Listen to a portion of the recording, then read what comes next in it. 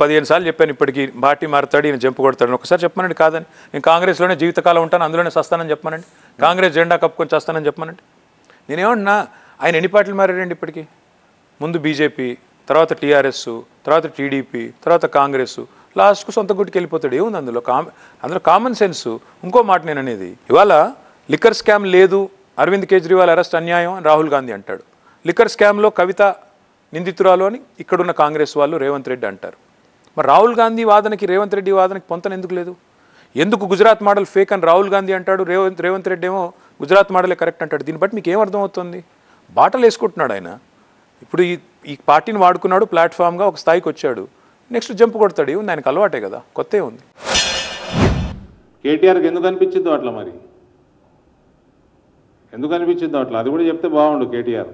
రేవంత్ గిన బీజేపీలోకి వస్తా అంటే as a friend I will welcome, I will recommend. He is an active person, there is no doubt.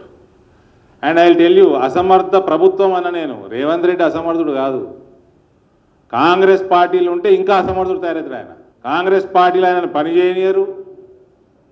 ఉన్న fund అంతా కూడా ఖమ్మం అయినా నల్గొండ అయినా ఎత్తుకపోయిందని రైతు బంధు కూడా సరిగ్గా ఇస్తలేరు ఇవాళ అవునా బ్రదర్ రైతు బంధే ఇస్తలేరు ఆ ఫండ్ కేసీఆర్ మిగిలిచిపోయాడు అప్పుడు ఎలక్షన్ కమిషన్ అది ఆపినట్టుంది కదా ఆపిన ఫండు ఖమ్మమైనా నల్గొండ అయినా ఎత్తుకపోయాడు అని మంత్రులు